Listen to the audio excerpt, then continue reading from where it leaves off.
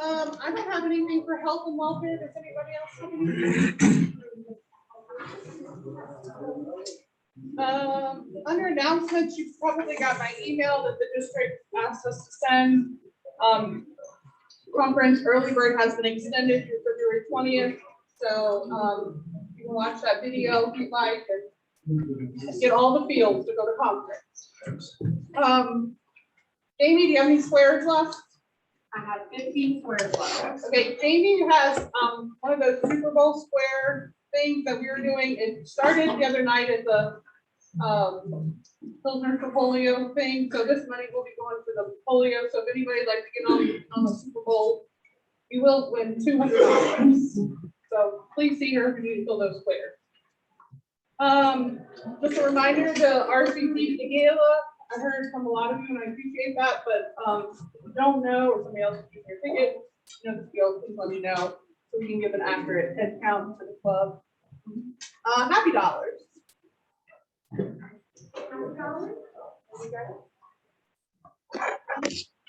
First, happy Valentine's Day.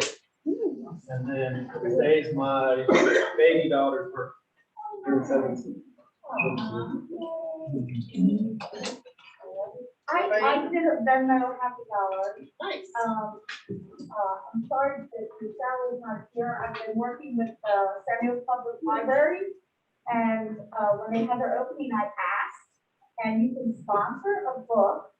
So I am in loving memory of Jim. I sponsored the book We Are Water Protectors. So it will go up on Valentine's Day. Monday. Awesome.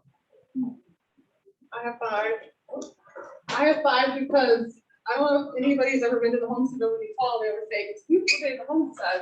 So this morning I called my mom and she said it's a beautiful day at the Homestead. And I'm leaving after this to the Homestead. I'm ready to get away. Attendance report. Today we have one guest. He is sponsored by our Aaron. Right here. There you go.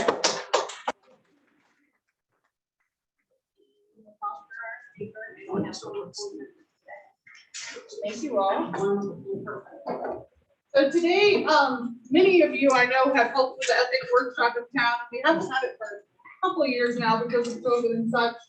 But one of Rotary's things is, you know, how to get along and all the peace and all that kind of great stuff. And so, being on the chamber board for many years, I helped with the ethics workshop, and so Vicki and I discussed it and thought it would be pretty entertaining to have us do an ethics workshop.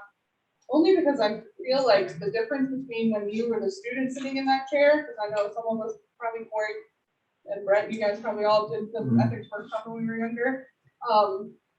You definitely things change. So I'm gonna turn it over to Nikki and she's gonna get us going. I think passed out. Yeah. Hi, friends. So I was thinking, I wanted to definitely mention this. So the ethics workshop has been with the chamber for about 30 years. And the event was actually started by the Chamber's Education Committee, which creates a lot of different partnerships with both the public schools and the private schools in the area. But the person who started the ethics workshop was John Barker. So I know a lot of you probably remember John, who's a Rotarian, and so he was one of the committee members who created this event. So it's been happening at with the Warren County High School students, and then when Skyline came on board with the Skyline High School students, we sometimes have the RMA students participating.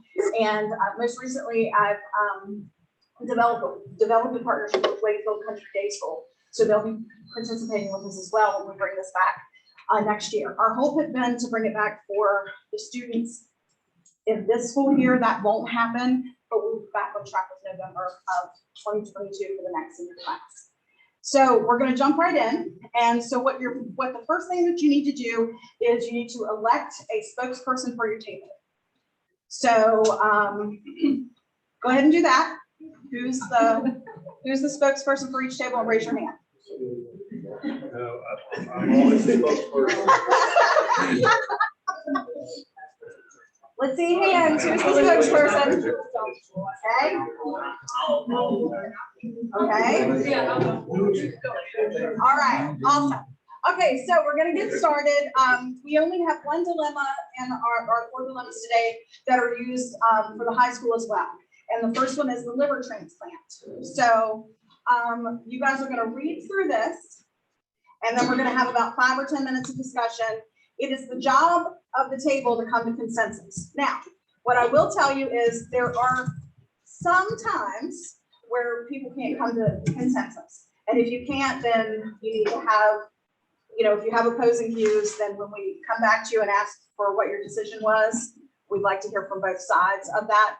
But 9 times out of 10, you can come to consensus. So read over this dilemma and talk about it and try to figure out who gets the liver. Okay, and we'll be back in 7 minutes. Go.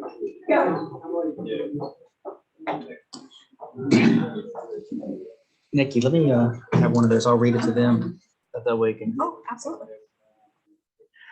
Let me read you all the dilemma. So the liver transplant. Imagine that you are one of the members of a hospital committee that must decide which of 4 needy patients will receive a liver that has just become available for transplant. The liver must be implanted within the next 12 hours or will become unusable. All 4 patients need the transplant and are good matches for the available liver.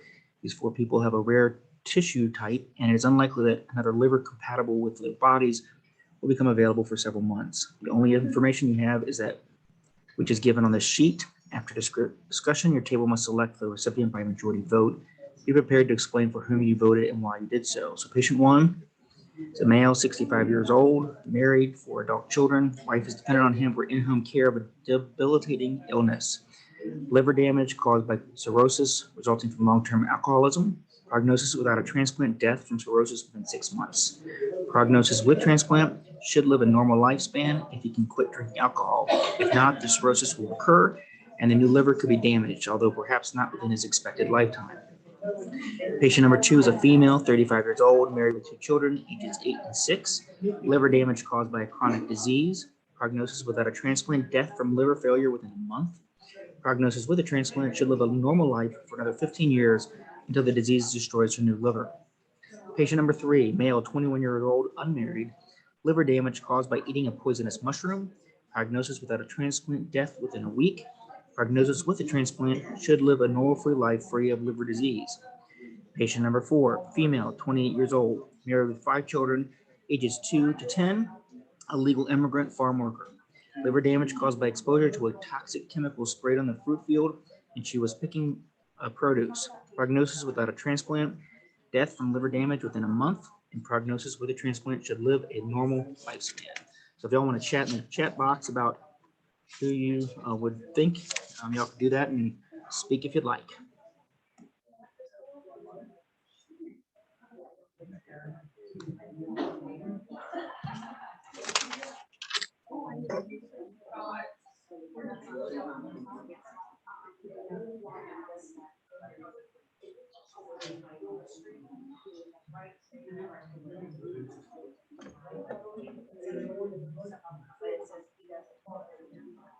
Hi, Michael.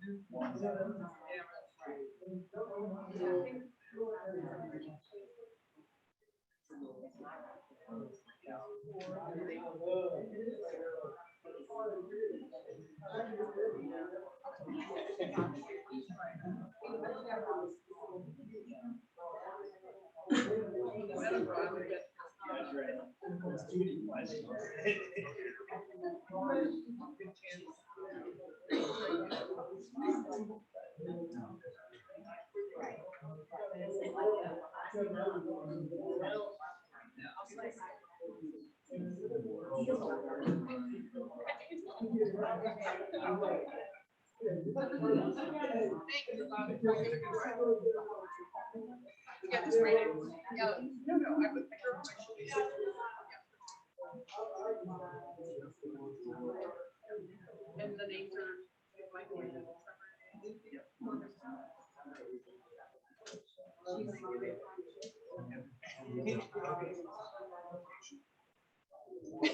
Where are they?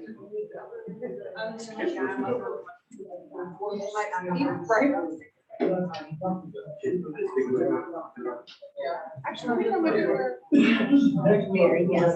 Rare. I did find out though that like.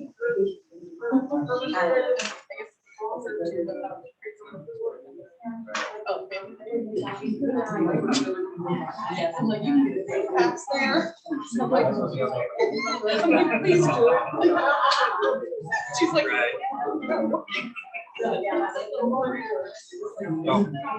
So I don't need a. Down. I'll send you a picture, but they'll be right here.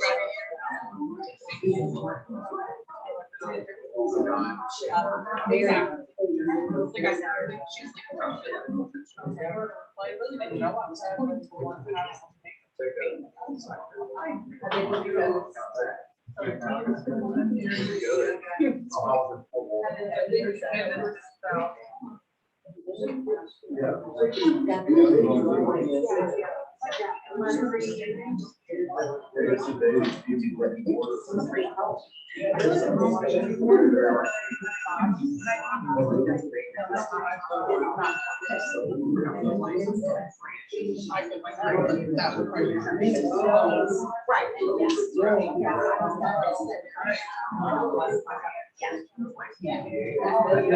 We got about 1 minute left.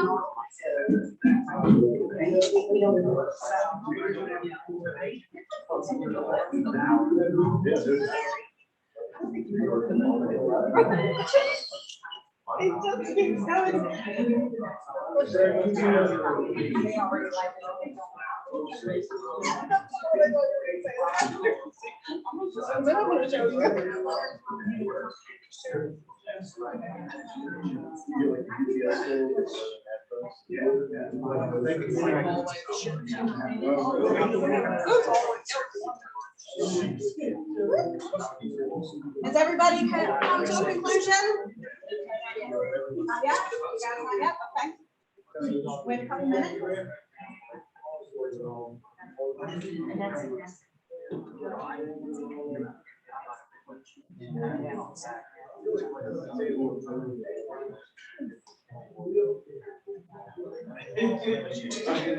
I met with Joe Petty this morning. Dude, say something to him about this. I will, absolutely. There's a couple people. I think Okay. Tim was gonna say something. Okay, But I feel like. I will. I think he would. I think he would too. Yeah, and he brings a lot to the table. So I will absolutely say something.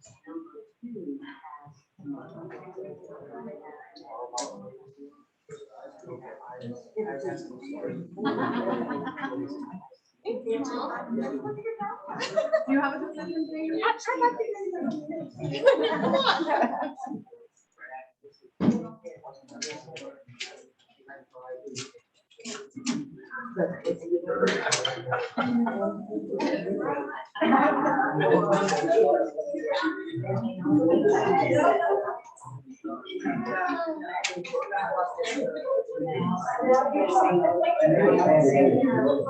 Well, bringing it back, Tina and HR.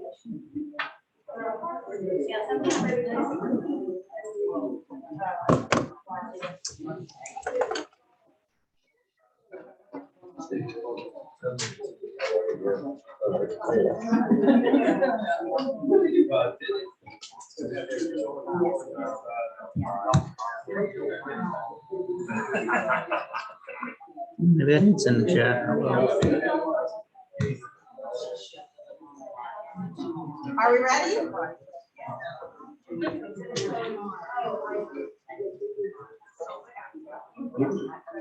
All right, guys, we're gonna get started. I'm gonna go back to Denise first, who's the nurse in the room.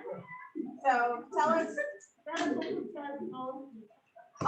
Yes, medical professional. Tell us what you came up with, Denise. My partner is trying to do this. Okay. We voted for patient number 4, because her age and the number of people dependent on her, legal and her liver damage is not of her own. It's between number 3 and number 4. That's the-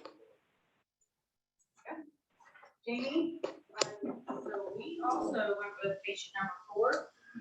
She is, she's a mother of 5 children.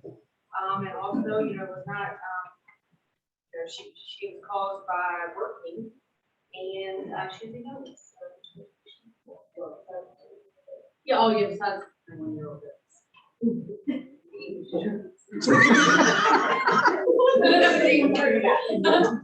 We, also took on patient 4, being young, having 5 dependents, being able to, check on a lot, people, these are illegal, not of our own doing, it wasn't like a bad lifestyle choice or anything like that.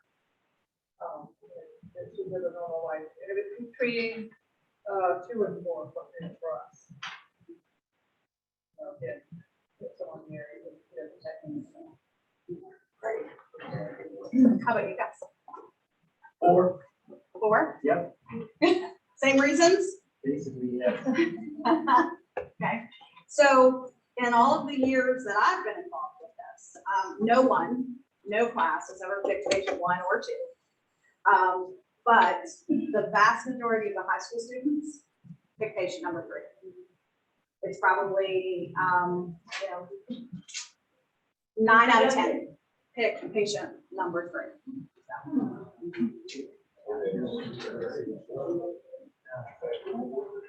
All right, so the next one, turn your sheet over to employee trust. This is the next one I'm going to work on, and I'll read this. Right, so you don't have to.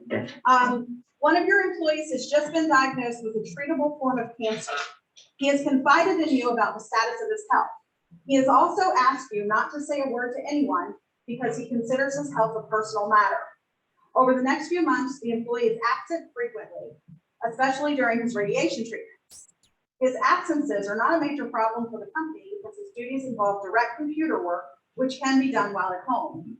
However, some of your other employees have asked you what's wrong with him. You politely decline to discuss the situation. As a result, the other employees think that their coworker is getting special treatment and are ready to go to your boss to complain. You are confident that if they only knew of the employee's illness, they would understand, but you have promised not to reveal the reason for his absence. At the same time, it would create unnecessary and unhelpful problems for him if other employees complain about him. Should you reveal to your employees the reason for their coworker's absence? Should you explain to your boss what's going on? How would you handle the situation? Well, a little different in my company.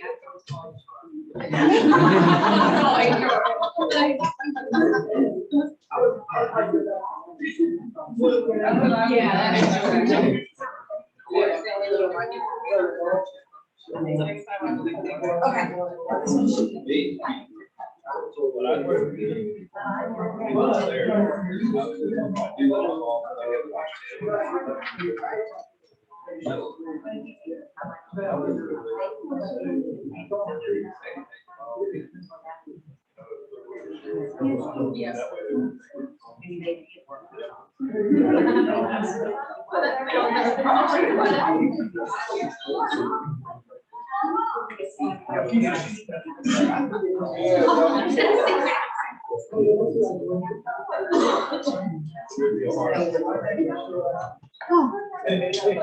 Yeah, I like that.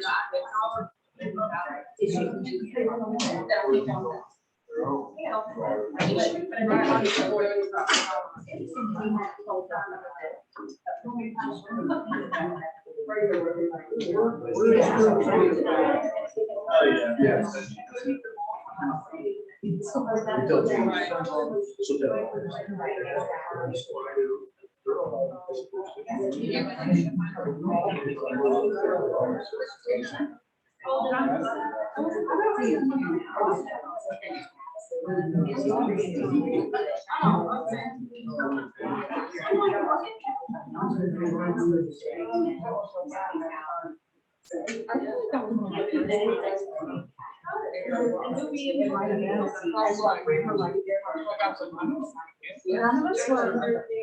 But then I remember something.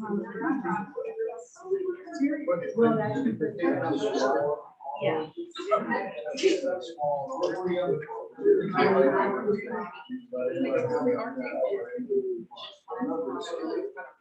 Well, yeah.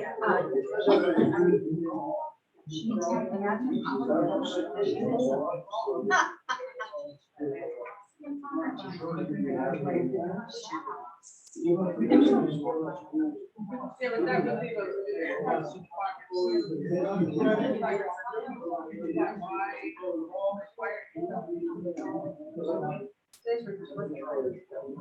I like what you said.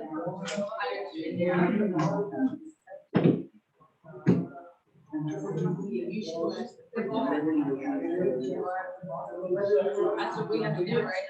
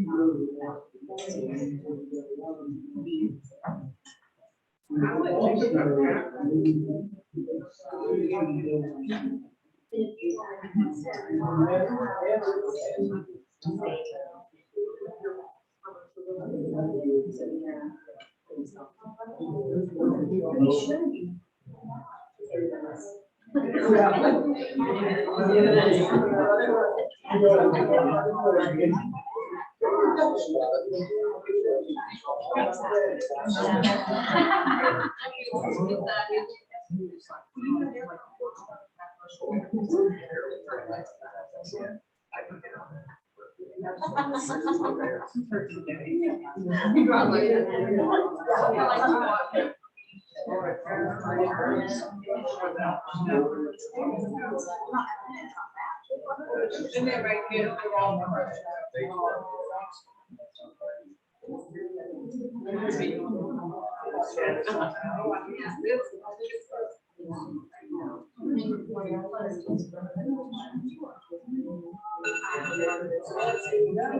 Okay, 1 minute left.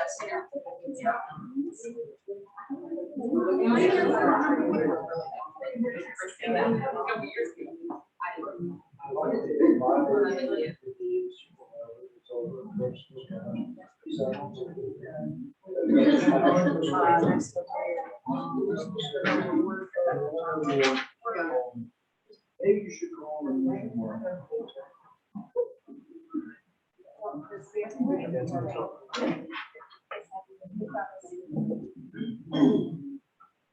Everybody ready? Okay. All right, Jamie, how about you? So we, Ken actually had the idea at first, we all kind of agreed with this, that we would go to the employee and let them know what's happening. Let them know that their other teammates are concerned and that it's, maximum for the morale. So, I think Sandy had mentioned basically giving them a decision, either you go to our boss and telling, or we got. Just going to the employee first, but definitely then. Yeah, you can't break anything. Absolutely not. How about you? Similar, I think we decided that we would go ahead and report back to the boss, let them know so that he's in the loop or her in the loop of what's going on. But then, the other employees have any questions, we would direct them if they have questions, or direct the other employees. We would encourage, the employees to contact, other employees out, encourage them, maybe haven't seen in a while, or, visit in the office, and just, reach out to them. HR issue, or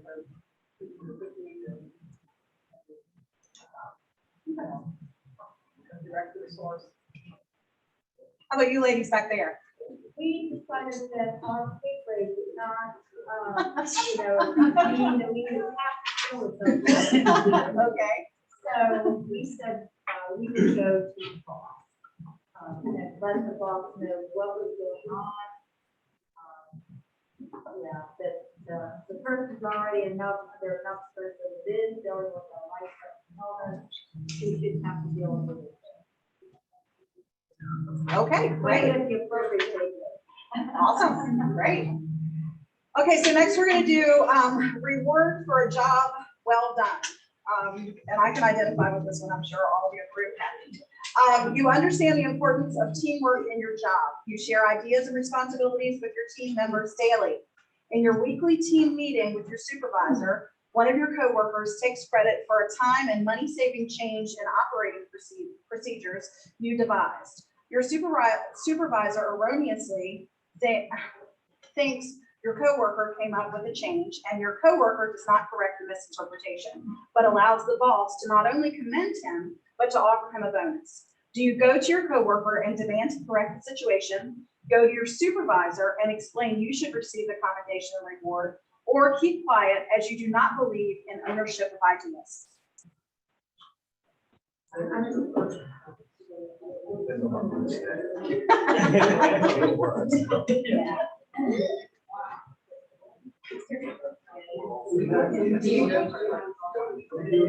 Speak up to the boss.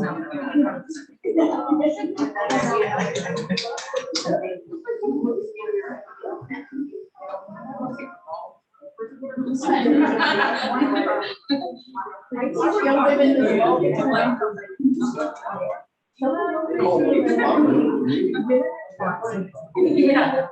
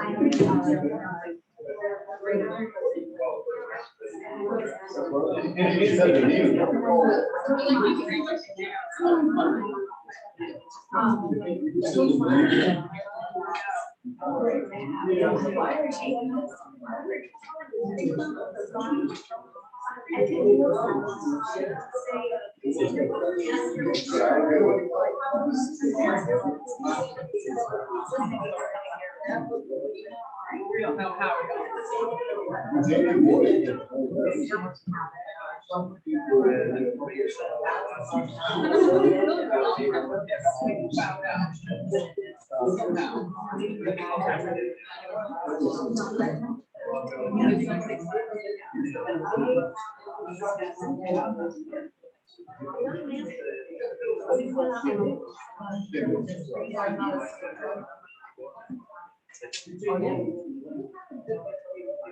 Yeah, now get a picture.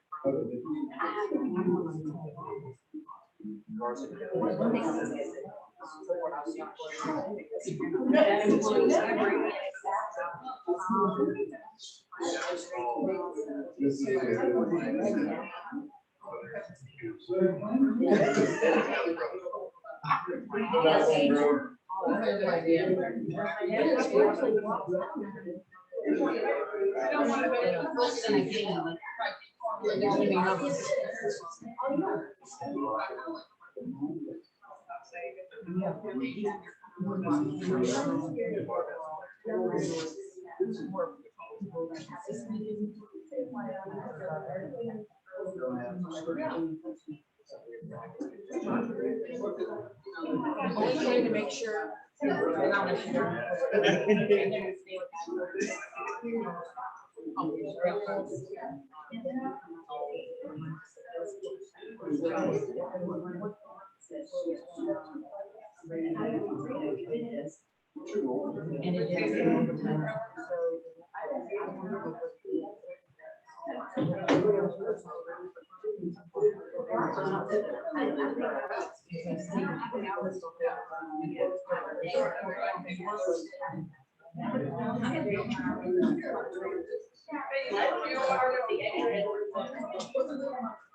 What do you see if they acknowledge that you're having a hard time?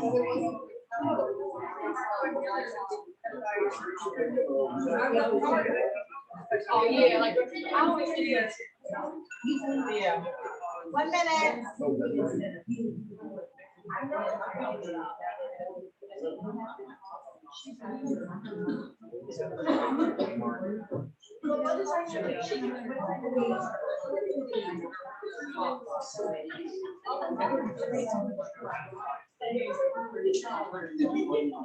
And it's gonna be full. I'd rather do that.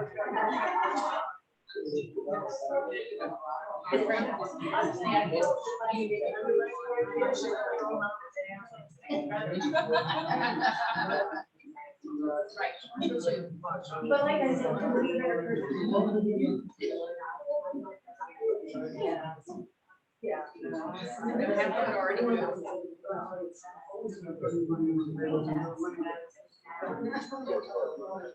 Yeah.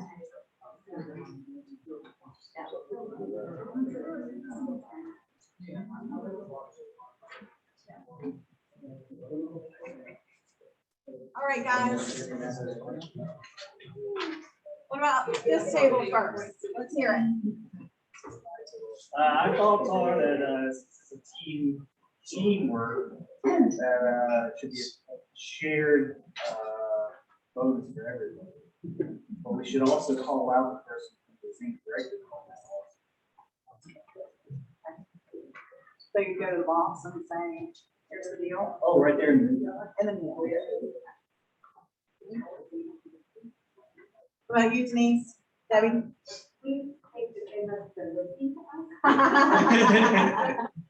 So, we thought that we would go to the coworker, to, let them know we did want to throw them on the bus, could they live with themselves, or, take them on that, but that, even though it's an idea, it's a team effort, and we also pose, reviewing.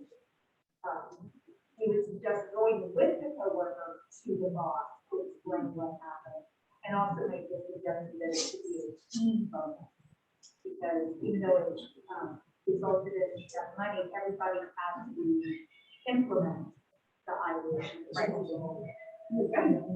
Right, yeah. Well, we weren't 100% unanimous on this. It's a hard situation, it's kind of so quiet, and his mother says, just go to the coworker first. And say, hey, I really worked hard on this, I'm not sure how, you perceive that this is what I'm feeling. Just let them know, hey, you know what's going on, this. And that didn't work, we go to the boss. Any opposing views to what you just said here? Well, yeah. We're a bit integrated. My point is that I don't think there's anything to be gained by that. Like at this point, the damage is done, move on and know that next time you better get in there and say something first. It's stop telling your coworker your ideas. But trying to go back to a coworker now, or your boss, and saying, well, this isn't fair. I don't think either of those situations is going to really work. Totally good. Maya Angelou said, the first time somebody shows you who they are, believe them. Yep. So moving forward. You learn for it. I voted for it from his news. Okay, well, that's one, that's something. Way to go. He's gonna use baseball bat. Okay, all right. Jamie? So I probably wasn't the best spokesperson for this one. I'm gonna go back to the- But no, we would go back to the coworker demand that he corrects situation, and if not, then we'll correct it. That's all. I mean, I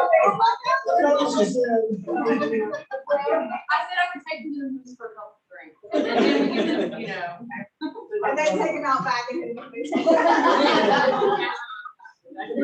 Why waste the money on this? He has a point. All right, guys, this is the final one, car crash. You're involved in a two-car crash on your way to work one morning in which you accidentally hit and kill a pedestrian. As you get out of the car, you are intercepted by a tearful woman who seems to think that she hit and killed the pedestrian. You're not sure why she thinks she is a person, but she is convinced. There's only you, the woman, and the person you hit on the road. there are no witnesses. You know that whoever is deemed responsible will probably be sent to jail. What would you do?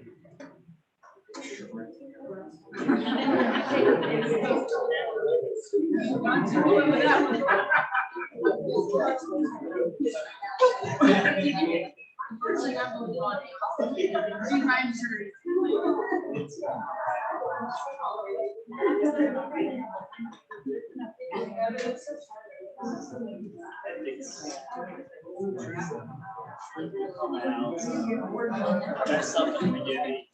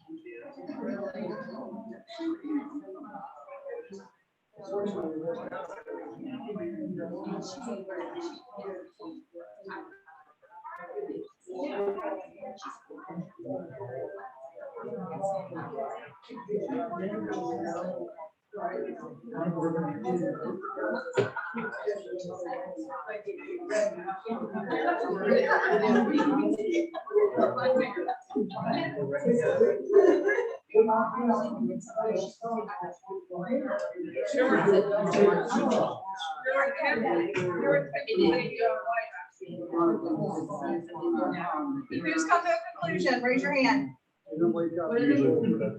Conclusion? Okay. All right, Jamie, we'll start with you.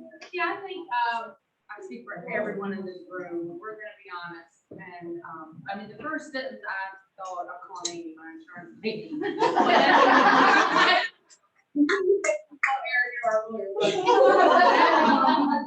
honest, and, you know, and explain to the lady that's convinced that she knows that she didn't, was probably. And spend her time in jail. There you go. We, agree with, the right thing to do, that it's never wrong to do the right thing. And, you know, in your, attempt, you know, if you let her take the fall, to save your own life, you're actually doing both. He's gonna be filled with guilt the whole time. about you guys? Same thing. That's a good lawyer. Hope for the best. You too, Denise? Ditto. Y'all keep away. Yeah, awesome. Well, thank you guys so much. I enjoyed spending a little bit of time with you, and I hope you enjoyed the exercise too. Thank you. Thank you, Nikki. We really appreciate it. I'll make sure never. Thank you, Jamie, for selling all the squares. So some of you I texted, some of you I posted for that. I think that's all. We'll stand for the four-way test. The things we think, say, or do. First is the truth. Second, is it fair to all concerned? Third, will it build goodwill and better friendships? And fourth, be beneficial to all concerned. Have a great weekend.